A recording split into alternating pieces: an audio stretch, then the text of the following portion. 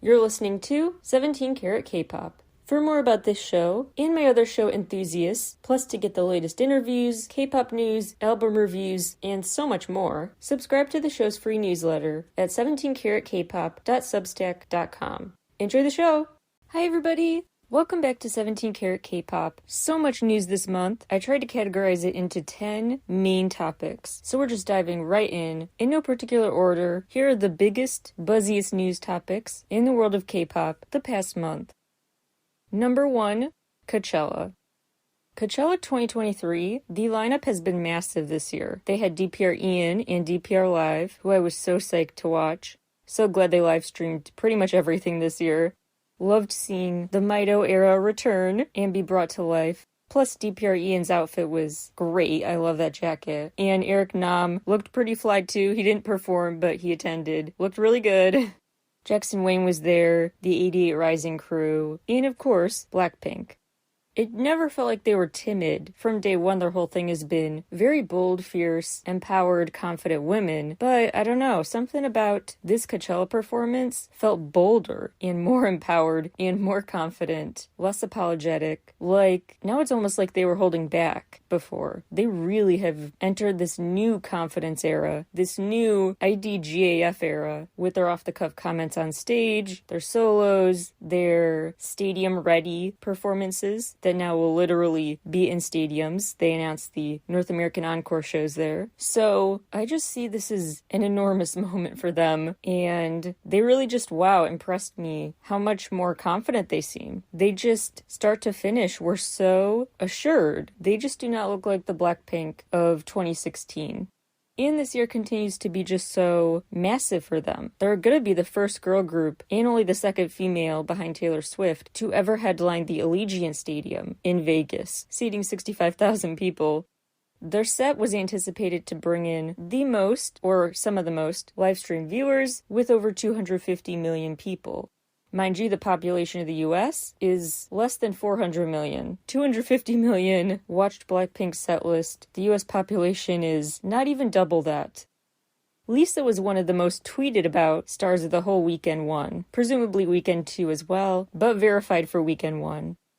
It was also just opportune timing because recently it was confirmed that they're the best-selling Korean female act based on total album units in the US in history.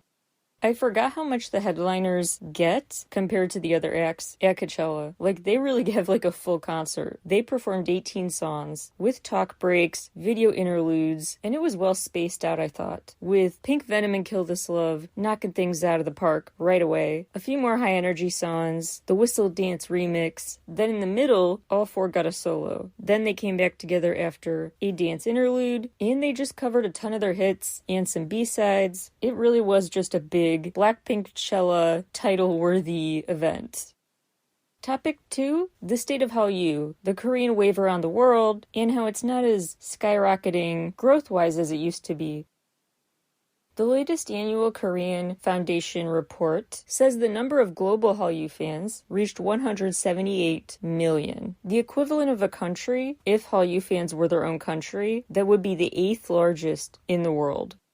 This amount of fans are an 18-fold increase compared to 2012 when they started collecting this data. The report may even be an undercount because this is just based on official fan club membership and other verifiable info. And they just included 118 countries in the survey. Obviously still a lot, but not all of them. They also looked at a ton of areas of K-culture. I'll link to the full thing on my site.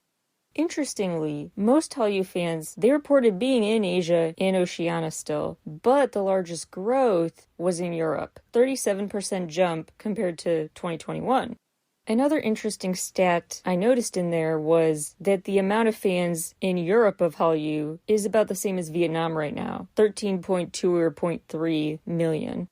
The largest factors contributing to the growth are cited as fan club membership, which is up 120% compared to 2012, and just post-pandemic, people had new interests they developed. People are more excited than ever to get back offline and go to concerts, fan events, etc., plus the rise of Korean content you can stream and access worldwide.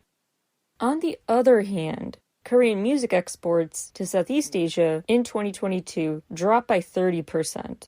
Last year in Indonesia, the amount of K-pop on Spotify charts dropped by 28%.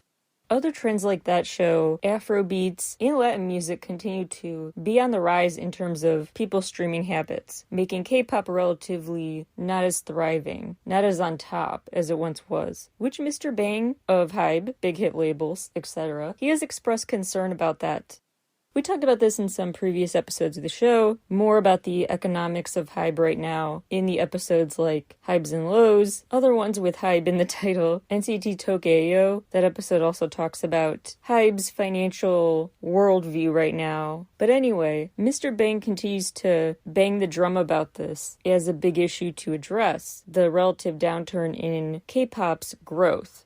Now, it's still super on top, it's just the acceleration of the growth is not what it once was. There's that interesting summary of the simultaneous trends being popular and not as popular as some would hope, like Mr. Bang, with the IFPI data from last year. Looking at the most streamed and bought albums worldwide, no K-pop is on the top 10 for that list of most streamed worldwide. But in pure album sales, K-pop dominates the chart. TXT, 17, Stray Kids, Blackpink, ENHYPEN. The only non-K-pop in the top 10 of that chart, Taylor Swift and Jay Chou. Mr. Bang has a big, really interesting Billboard cover story, and I have the key takeaways for you. First of all, he said, quote, "There was quite a bit of backlash coming from inside of our company, so that was the more challenging part for me," unquote, when he was talking about initial opposition to his idea to team up. And apparently the HYBE SM deal, though it had been floated since 2018, really came into full picture like, oh my gosh, this is legit possible, while he was securing that massive deal acquiring the hip-hop label Quality Control. So Mr. Bang was in a state of meeting with US partners during the days, talking to his South Korean partners at night. Business was nonstop. His outreach was just 24/7. There is apparently an official Quality Control and HYBE WhatsApp group chat. The piece also reveals the first introduction to working together behind the music on production between Mr. Bang and Quality Control's founders was about working on Lil Yachty's album, Let's Start Here. The goal was to make it without a single sample, and he wanted to try that challenge too. He was game. And Mr. Bang is apparently back in the studio these days. At the moment of the press time, he was there advising ENHYPEN, TXT, and Team. HYBE got $87 million from selling their shares in SM, and they apparently withdrew from the bidding process, letting Kaiko outbid them the day before Silicon Valley Bank collapsed. When that big bank collapse happened, a lot of people were freaking out. Bad time to invest in anything that day. They sold their shares, pocketed $87 million the day before that happened. Very, very fateful timing. I also find it interesting how he's talked about working with Universal Music Group.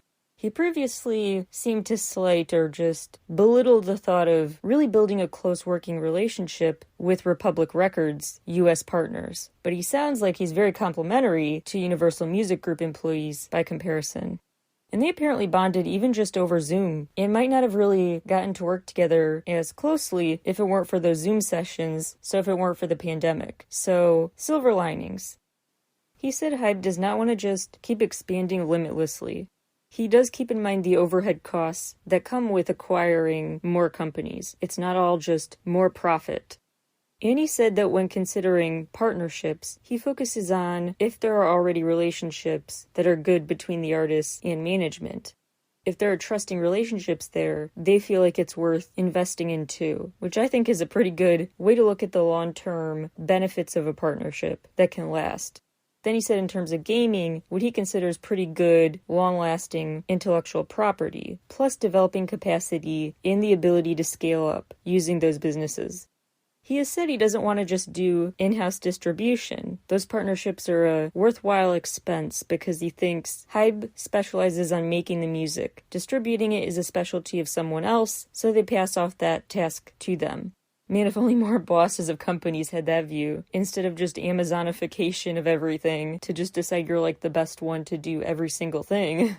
He said HYBE is going to keep focus on girl groups and boy groups, so not co-ed groups and not soloists. They think they're best at and most well-suited for groups, same-sex groups.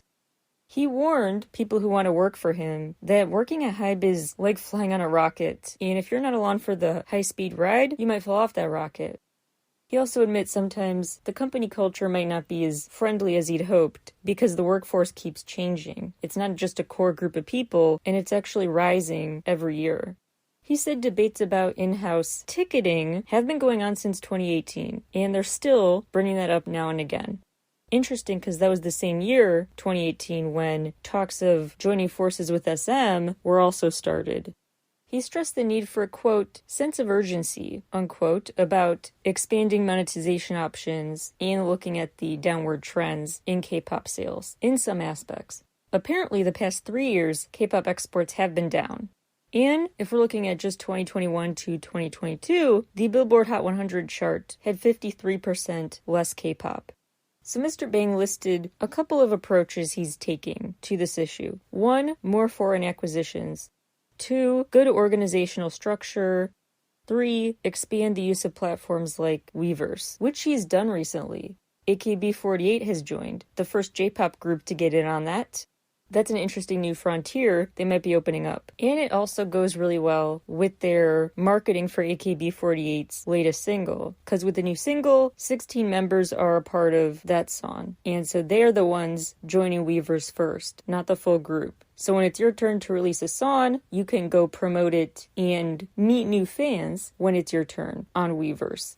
It's also now going to have SM Entertainment artists who had their own thing called Kwanya Club that's basically getting shifted into Weverse just sometime before fall. Details not really available. But anyway, so they continue to focus on Weverse, group activities, acquisitions that they think can be long-term, and counteracting what they see as a dip in K-pop's growth. Interestingly, he said he expects HYBE to secure some 360 deals with Japanese artists. 360 deals are like when the record label gets a stake in every revenue stream. All the artist revenue streams, the record label gets a stake in. That 360 deal he expects will go through with their Japanese artists. But for the US artists, he said, quote, we may have to take a different approach, unquote. Lastly, he addressed AI usage. When asked if he fears the misuse of AI tech to profit off of the voices of his stars, he said, quote, of course, but that doesn't keep us from pursuing it. I believe regulations and institutions must be put in place and social consensus should be made as soon as possible. Rather than keeping AI from writing scripts or not using AI, I believe it is more appropriate to respond to such change in society, unquote. Basically, it sounds like he's saying, AI is here, take it or leave it, so we're going to take it and try to minimize the harm, but not just neglect it, because we don't have a choice anymore. And they are investing in AI. In the pilot stage right now is what he called Project L, which may have to do with Supertone, a company HYBE acquired that clones voices with the same tone and everything. So it's not just AI in a way, but it's a next level mimicry. This quote really struck me. Quote, I have long doubted that the entities that create and produce music will remain human. I don't know how long human artists can be the only ones to satisfy human needs and human tastes. Unquote. We shall see, but he is very thinking about the future, very future-focused.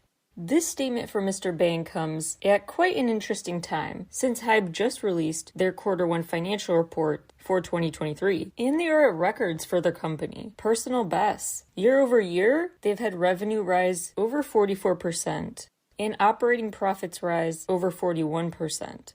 The album sales the company had in the first quarter alone, more than 4 times what it was the same time last year, 9.11 million. Okay, if you want to get really conspiratorial about it, the 911 number you could read into as a bad omen, but I digress. It just continues to interest me that Mr. Bang is so worried, when really if you compare K-pop to a ton of other music markets, they're still so leaps and bounds at the top of the pack. They really are thriving in incredible ways. The industry is just super buzzed about. So for it to be in a slump, relatively, that's still more popular than a lot of industries could ever get. So it just is interesting to me that he fears this is a phase when I don't know about that.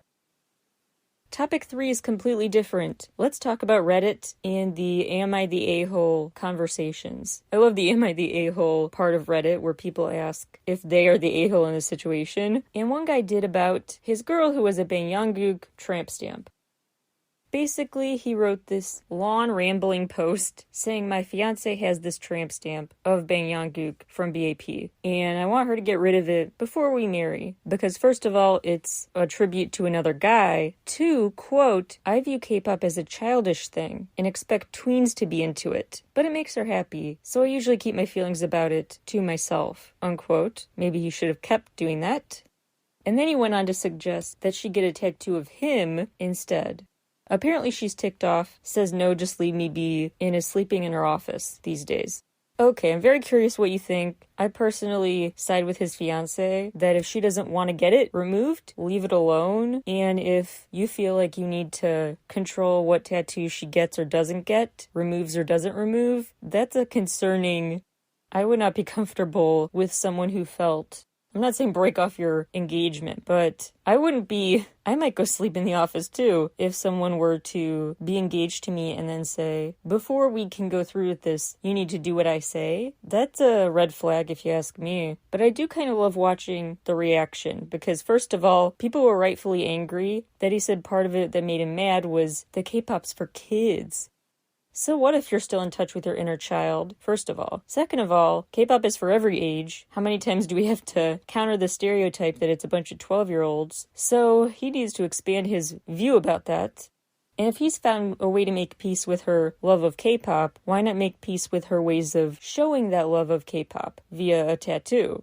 So he said something to the effect of, guys, you'll back me up, right? Like, surely other men in this kind of relationship know where I'm coming from and will come to my defense here. And Reddit was like, nope. Reddit was like, back off, leave her alone. It was quite a self-own moment. He did not get the backup he thought he would. Usually it feels like people who post to Am I the A-hole in the first place are looking for someone to clear their conscience. So they often are the a-hole because they're like, people said I am, but are you sure? And they want your second opinion. Well, he got a bit too much of that for what he had hoped. Topic 4, switching gears completely again, a bunch of 17 updates because they are in comeback mode and they have just been everywhere lately. They got a limited edition Rolling Stone zine. They've covered more magazines, Vogue Korea, Elle Korea, Star One, Arena Home Plus. They've done tons of YouTube appearances, other show appearances, the TEO YouTube channel, The Return of Superman, Amazing Saturday. They have some Game Caterers episodes for May 5th, 12th, and 19th. They were back on MTV's Fresh Out. Woozi was on Such Wata. The list goes on and on. Plus, Joshua had a special Apple Music playlist, the home session. Their fan meeting in Japan in late May will be available to stream. The content keeps coming. They celebrated the comeback with 17th Street, a cool exhibition for fans during March in Seoul. Joshua has been modeling for NBA Korea's apparel. Mingyu has modeled for Innisfree. FML, their album, has broken records and is now the best-selling album in Hanteo chart history, in the first week earning over 4.55 million copies sold. Plus, the BSS subunit performed at and attended the V-League Awards. Joshua and Hoshi managed to get to Lee Seung-gi's wedding amid all this other stuff, and Hoshi made time to drop a cover of Hurt Road by Day 6. They have just been everywhere. Love it so much. There are also whispers about a tour in the second half of 2023, so fingers crossed they could start it in July on my birthday. That would be great. Number 5, programming, TV, drama, and updates. Apparently, Dick Clark Productions was told to choose between the Billboard Music Awards and the American Music Awards.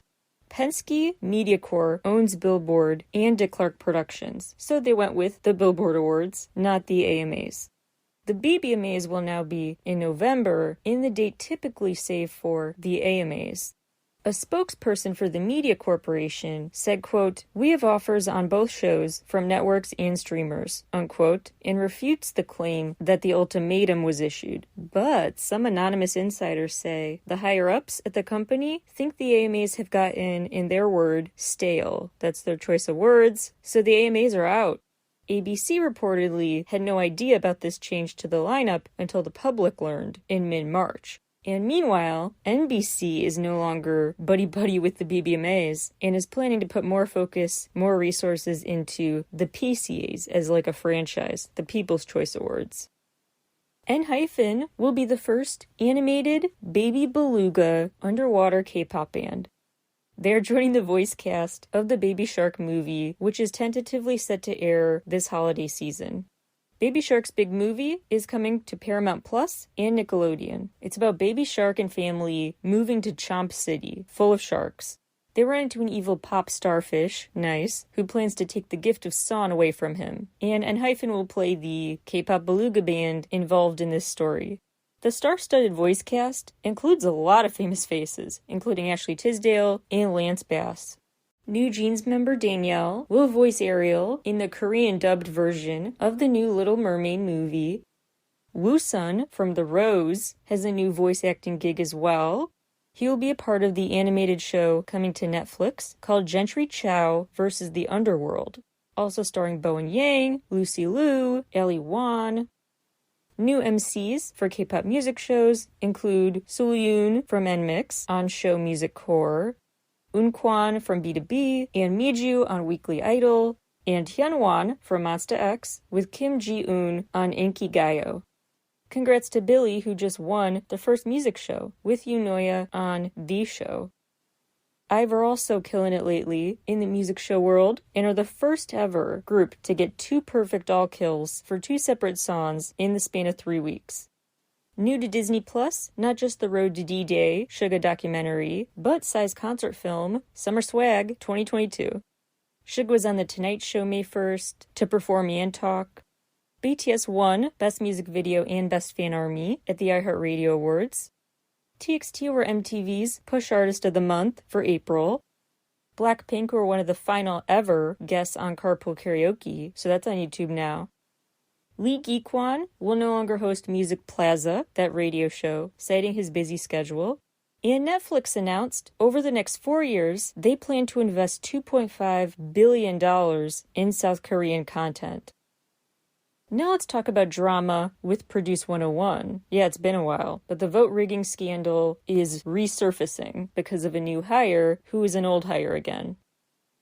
PD An, who spent time behind bars after his role in manipulating votes on Produce 101, he was found guilty of that, was rehired by Mnet. They also reinstated Idol School's chief producer, Kim Tae-eun, who also served time for her role in rigging competitions.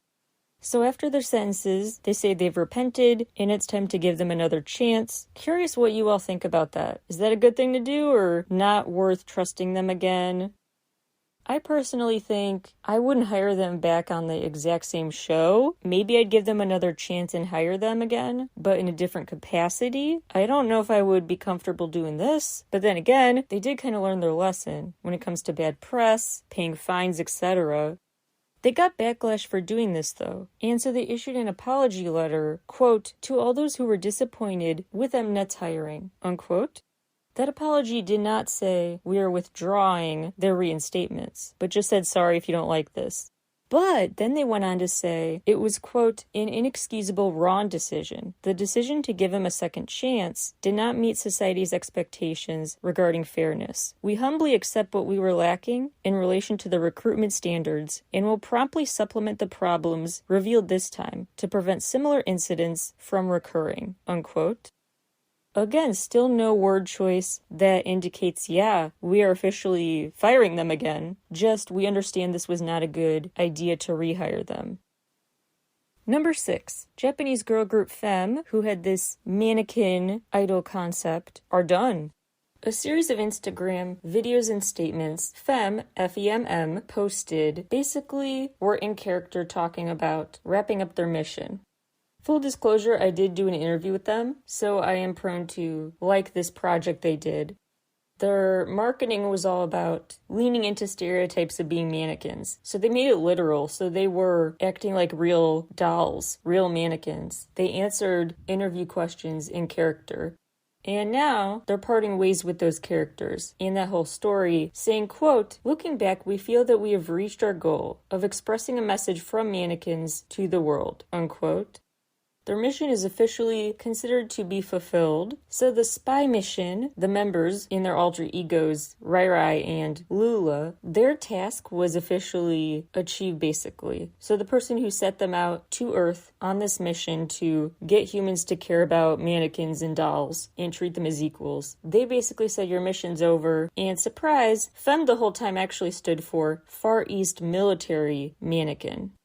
Quote, these intelligent dolls were forced to perform proxy wars for humans. Rai Rai and Lula were transferred to the present age to change this scenario. Only their memories reached two human girls across time and space. These girls sincerely accepted their motives, fully understood their experiences, and accepted their wish to install Riri and Lula's memory data. It was an action to change the miserable future, not only for dolls, but also for humankind. It was a movement to prevent new discrimination and conflicts. To achieve this, the method chosen by the four was music, which transcends borders and eras, unquote. Page 2 of the statement from the syndicate thanked the agents, the fandom, for giving this mission their support and said, don't worry, you'll meet up again with Riri and Lula in your memories in the future, and you'll see them in their truest form. I had three main reactions to the news of the breakup. One was surprise and sadness, like, oh man, because their music totally slaps. Story premise aside, love it or hate it, the music does what it had to do. Great hyper pop stuff. Second reaction was, is this a marketing ploy? I'm very curious if they do say surprise, turns out there's another mission in store. I don't think so, but you never know. Whenever an artist says, it's the end of the road for me, I'm retiring, or the band's breaking up, I'm always suspicious. Third thing, this extended, dramatic series of statements, wrapping up loose ends in their story, that's what I like to see. I appreciate that they didn't just give up and throw their hands up like, we got tired of trying to think of how this ends. We wanted to conclude the lore, giving fans a proper send-off that they deserve for these characters. I appreciate that, but now it just makes me want like a TV show or a movie with Fem's story in it. Maybe the concept will be rebooted with other actors. I don't know, but it was quite an interesting journey to follow. Member Emily, who was Riri, but is now just being herself, does plan to pursue a career as a solo artist now. No word on the other member. Number 7. Military service evasion. Ravi officially fully admitted that he was one of the people suspected of evading military time by faking a diagnosis to have an excused absence. So to get out of military service, people went to this group of brokers to get fake doctor's notes basically about epilepsy. Ravi confessed, and he agreed to avoid further negative press for the group Vix. He has left the group too. He claimed he did this for actually thoughtful reasons, though. He says he was doing it because he felt a responsibility to keep making music to keep his company afloat. He claims he was, quote, the only artist in the company generating profits, unquote, so he felt pressure to at least delay having to do full-time military duty. No, I'm not sure. I don't have access to internal info or anything. I wouldn't be surprised if he was the biggest earner for that company, but I don't know if I would believe he really is the only one who would turn a profit. Anyway, his apology also says, quote, I think I am a person who is lacking a lot and still has much to learn. I think it is my responsibility to take all the criticism over this incident. The more you scold me, the more I will repent and learn from it. I know very well that my simple words of apology do not make my faults go away. I will continue to learn and work hard so that I can live as a better person by reflecting on this moment without forgetting it. Unquote. Number 8. More plans announced for that historic venue in Vegas. Remember I told you about the Sphere in a past episode. A new venue in Vegas cost $2 billion to make, a little more than $2 billion actually, that is offering everything. Surround sound, 4D experiences, so shows that are beyond your average show for sure. 4D shows, surround sound, with the world's largest LED screen, and tons of other effects. U2 will make the debut performance there this fall. Well, they recently announced they will also offer movies, making me think of like when you go to Magic Kingdom and you can walk in and watch like a short film as just a daily attraction. They're kind of doing a similar thing. where you can watch an hour-ish film in this 4D theater, basically. A 4D theater on steroids, basically. And the first showing will be Postcard from Earth, said to be led by the famous Darren Aronofsky. They apparently have an in-house production team getting ready to release a slate of movies you could walk in and watch. So during the day when there aren't concerts, you could go to the Sphere to watch a film. With tickets starting at $50, so, well, technically $49, but do with that what you will.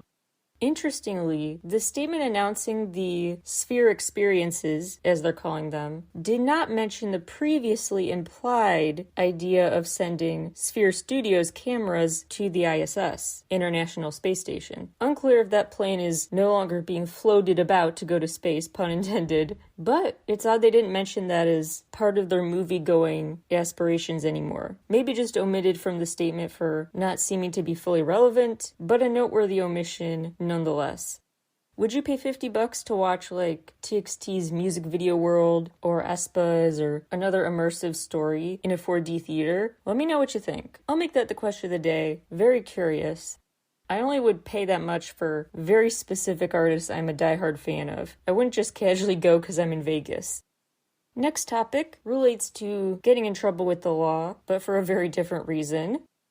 You may recall quite a while back on this show, I talked about what happened to Kimberly Chen and the rapper Namewee.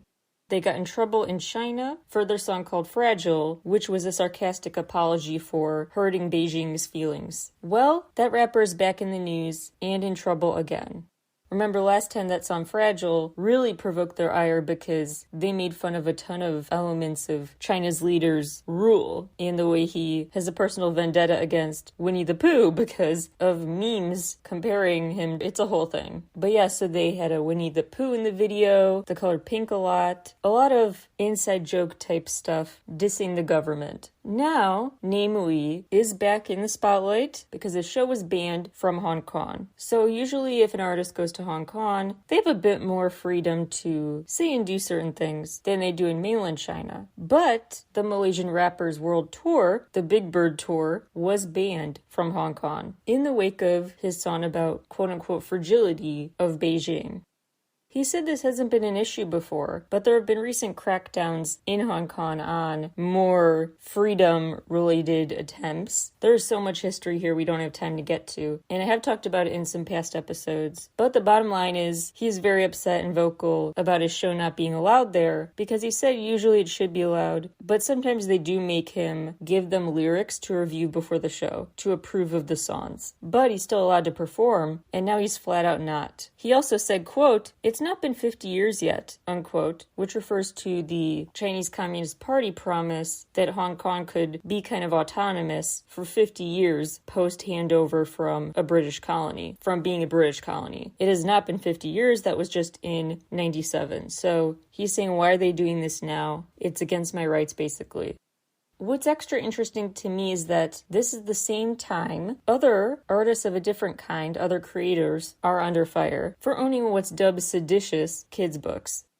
2 men were taken in for questioning over owning books that were viewed as possibly, quote, inciting hatred or contempt, unquote, of the Hong Kong government.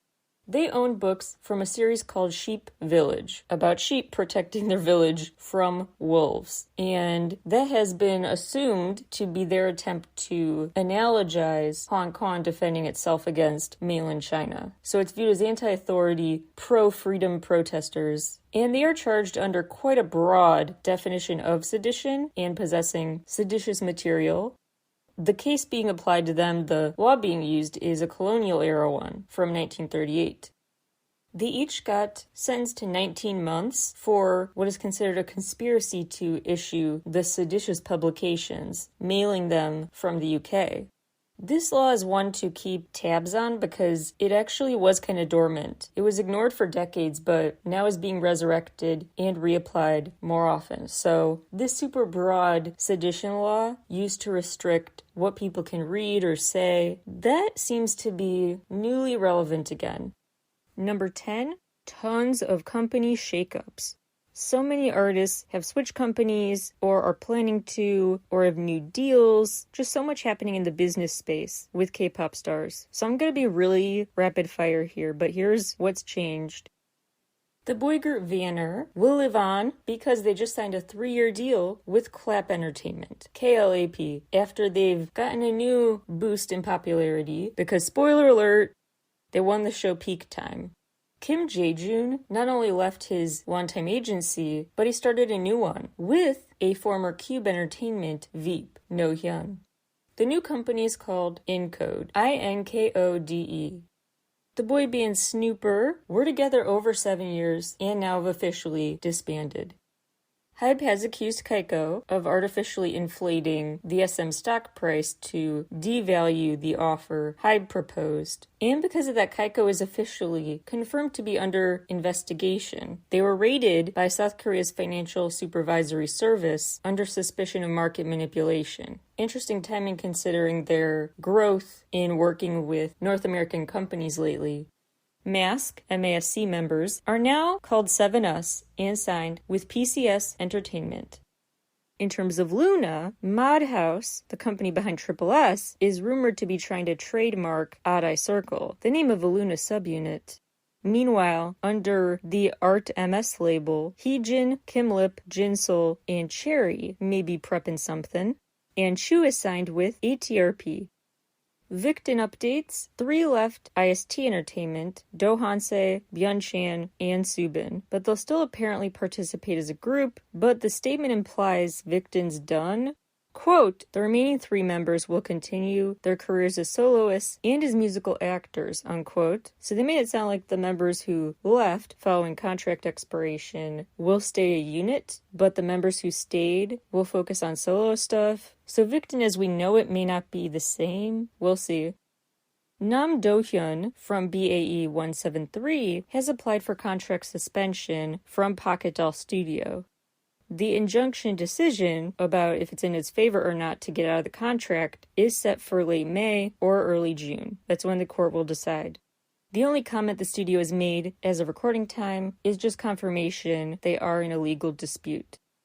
Daesun from Big Bang and his manager moved to R&D Company. They will work under R&D with a Daesun dedicated group sub-label basically, D-label, LABLE. And Taeyang recently announced he signed with Interscope. Kaiko has a new partnership with Columbia Records and Sony Music, so IVE now has a big chance to get a North American promo push. The statement announcing this new partnership implied that in their footsteps will follow other Starship acts getting a promo push in North America, then other subsidiaries under Kaiko. So first IVE promo push, then other Starship acts, then IST, Antenna, and EDOM artists. So Woods, IU, possibly what's left of Victon, Monsta X, Gravity. Sony's independent distributor, The Orchard, is going to handle the global distribution, and The Orchard actually already had a partnership with Kaiko-managed companies like Abyss, home to Bam Bam Sunmi. All the Brave Girls members chose to stay a group, but they've rebranded as BB Girls under Warner Music Korea. Meanwhile, IM from Monsta X signed a 360 deal, a first of its kind for a K-pop star, with Sony Music Korea. All the A-Pink members left IST Entertainment except Jun Eunji. They'll apparently still work as a team, but it's another one of those where it's like, well, I don't know how much they're really going to stay a group. But the rest of them did sign together under Che Creative Lab. The AOMG team have a new subsidiary focused on DJ and producer stuff, Solar Beam Records. Jessie joined J Park's newest label, More Vision. Lee Jin-hyuk and Yerin from G-Friend have both recently signed with Bill Entertainment. Alexa has a new contract with Intertwine Music. Former NMIXX member Jinny signed with UAP, and she'll be jointly managed by Sublime. Luda from WJSN is set to focus on acting, signing an agreement with IHQ. Xiao from Attention left Top Media. Bang Yongguk joined YY Entertainment. Jane Wanyan's sister was signed to King Kwan, which is also under Starship Entertainment. And 50/50, the girl group who's now all the rage with Cupid's delayed popularity, signed with Warner Music, so now they're label mates in the US with aespa.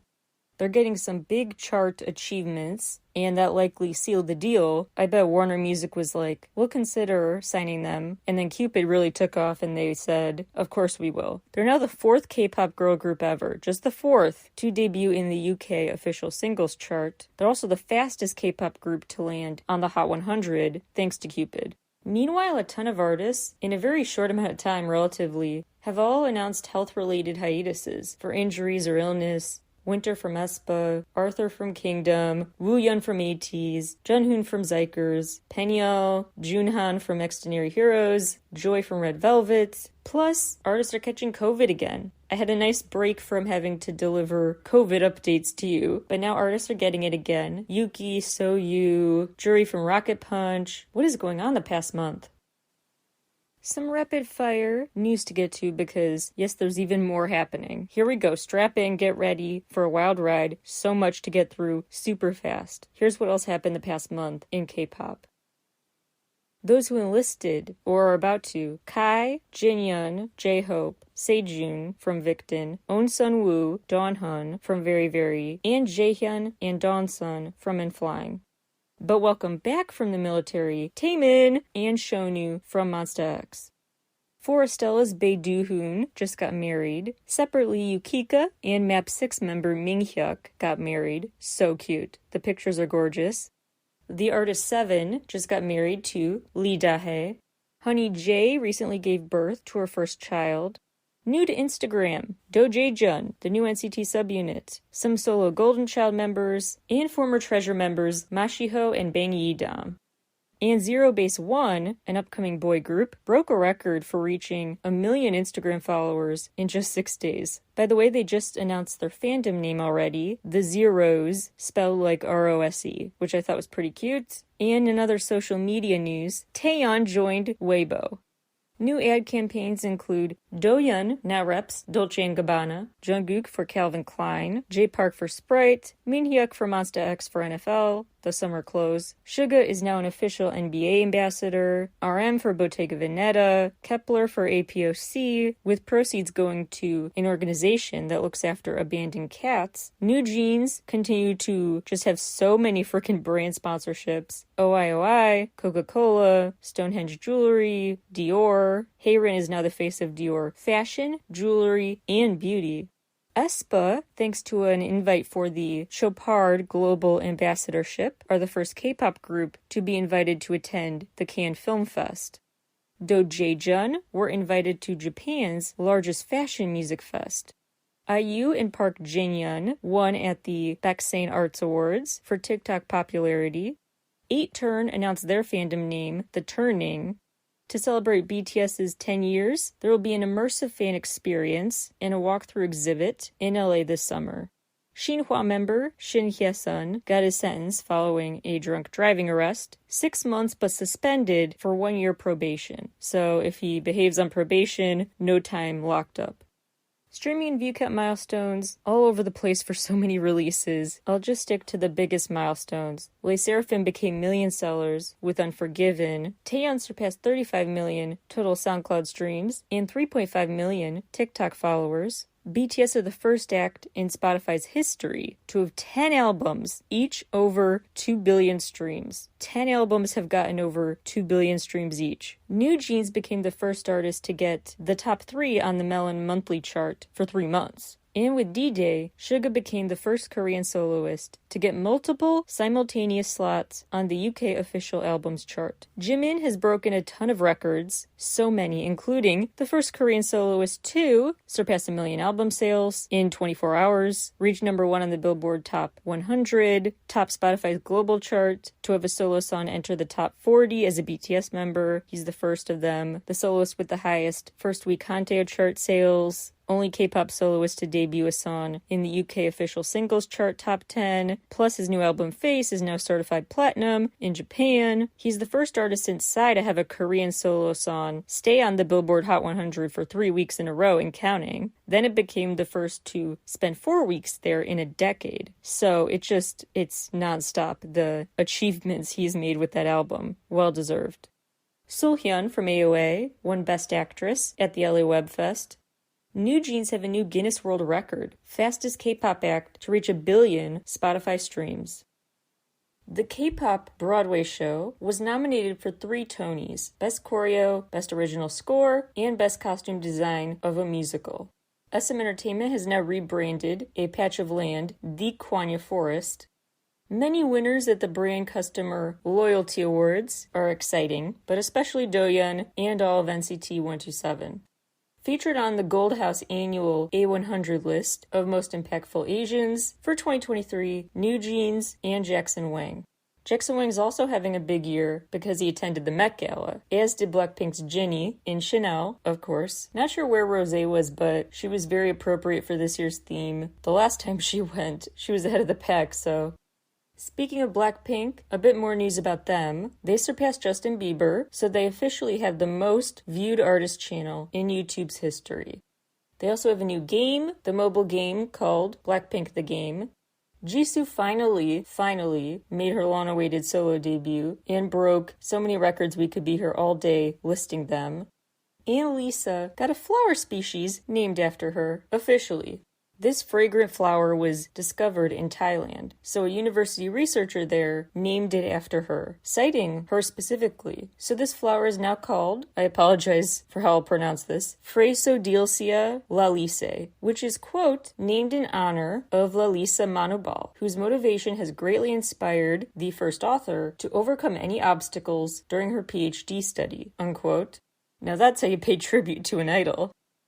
Before you go, your action item / PSA of the day I have to give is for Libro. Libro.fm has all you need to support independent and local bookstores. Any book you could get on Amazon or a similar site, you might be able to find at a place that could really use that financial support right now. For a limited time, you get a special offer with code CHOOSEINDIE to get a bonus audiobook for free upon sign up for a monthly membership. Independent Bookstore Day was celebrated at the end of April, but let's keep it going all year round. Support independent bookstores. I love books so much, and the freedom to read is so important to me. Also, again, I will reiterate, please keep tabs on Pen America and subscribe to their email alerts, because they are always updating about which books are being banned, withdrawn from shelves, because it's just so wrong. Everyone deserves the freedom to read whatever, and it's devastating to think that freedom would be taken away from people. So keep up with Pen America as well as Libro.fm and anywhere else you could find ways to support bookstores and reading. Bye, everybody!